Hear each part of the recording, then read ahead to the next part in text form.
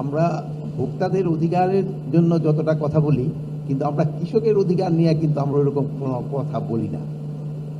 এবার দেখেন, আপনাদের আলুর উৎপাদন কিন্তু অনেক বেশি হয়েছে, ভোক্তারা কম মূল্যে পাচ্ছে আলু, ভালো কথা, কিন্তু কৃষক তার ন্যায্য দাম কিন্তু পাচ্ছে না। এই ব্যাপারে আপনারা যদি একটু সোচ্চার হন, আমার মনে হয় সবচেয়ে ভালো। আমরা সরকারের পক্ষ থেকে অনেক প্রণোদনা দেওয়া হয়, এই প্রণোদনার বেনিফিটটা কিন্তু মধ্যবিত্ত শ্রেণী সবাই পায়, এই প্রণোদনাটা যেটা দেওয়া হয়। আর আপনারা যদি দেখেন, এবার কিন্তু এই ঈদের সময় যে বাজার ছিল, প্লাস এখনো যে বাজার, যেটা সবজির বাজার করেন বা চাউলের বাজার করেন, কিন্তু একটা মোটামুটি একটা স্বস্তিকর পরিস্থিতির ভিতরে আছে। আপনারা অন্যান্য বছরের তুলনায় যদি এটা কম্পেয়ার করেন, আমার মনে হয় দামটা অনেক কমের ভিতরে আছে। আর আমাদের এবার প্রোডাকশনের দিকে যদি দেখেন, আমাদের গতবারের থেকে এবার কিন্তু সবকটা প্রোডাকশনে কিন্তু আমার বেশি হয়েছে। এটার ভিতরে এবার জানেন যে এই বড় ফসলটা এবার বাম্পার হয়েছে, বাম্পার ফসল বলা যায়। এবার প্রায় 15 লক্ষ মেট্রিক টন আমাদের এই ধান উৎপাদন বেশি হবে আশা করি, যেহেতু আমাদের প্রায় 85% ধান এই বড় ধানে কাটা হয়ে গেছে।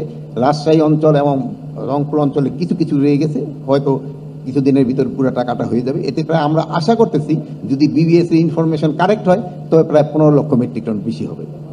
প্লাস আলুর উৎপাদনও বেশি হয়েছে, এটা আপনারা জানেন। এবার কোল্ড স্টোরগুলি প্রায় প্রত্যেকটি ভরে গেছে, এবং এখনো কৃষকের ঘরেও কিন্তু আলু মজুদ রয়ে গেছে, তারা এখনো বিক্রি করতেছে। পেঁয়াজের উৎপাদন গত বছর থেকে অনেক বেশি উৎপাদন হয়েছে, ভুট্টার উৎপাদনও গত বছর থেকে অনেক বেশি হয়েছে, আদার উৎপাদনও কিন্তু গত বছর থেকে এবার বেশি হয়েছে। কৃষক দামই পাচ্ছে না, ফালাই দিতেছে।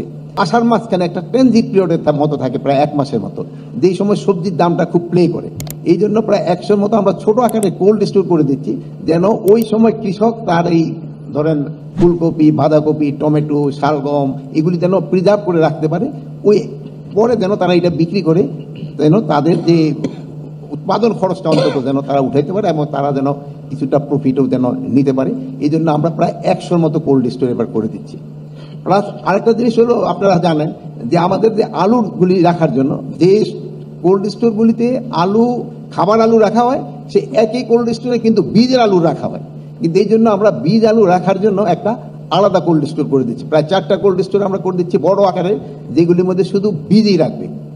আরেকটা আপনারা তো জানেন যে এই ছোট ছোট কোল্ড স্টোরগুলিকেও রাখাও একটা সমস্যা আছে। প্রত্যেকটা সবজি কিন্তু এক এক টেম্পারেচারে থাকে।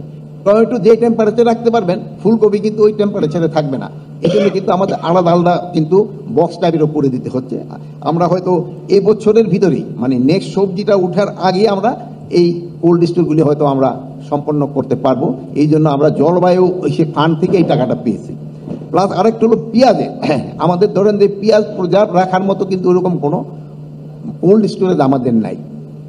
আমরা কতগুলি যে এয়ার ফ্লো দিয়ে আর কতগুলি ঘর করে দেওয়া হচ্ছে, প্রায় 500-র উপরে ঘর করে দেওয়া হচ্ছে, যেখানে পেঁয়াজটা রাখলে যে পেঁয়াজটা যেন না পচে যায়, পেঁয়াজটা যেন না পচে, এই জন্য এয়ার ফ্লো একটা থাকবে, মেশিনও থাকবে। এটার ভিতরে প্রায় 4-5 মাস অন্যান্য সময় থেকে আরো বেশি যেন পেঁয়াজটা রাখতে পারে। প্লাস আমরা একটা গ্রীষ্মকালীন পেঁয়াজও কিন্তু আমরা একটা ইন্ট্রোডিউস করার চেষ্টা করা হচ্ছে। গতবার আপনারা দেখছেন প্রোডাকশন হয়েছে। এগুলি যদি হয়, আমার মনে হয় মধ্যবিত্ত শ্রেণীরই বেশি উপকৃত হবে। আপনাদের ধন্যবাদ।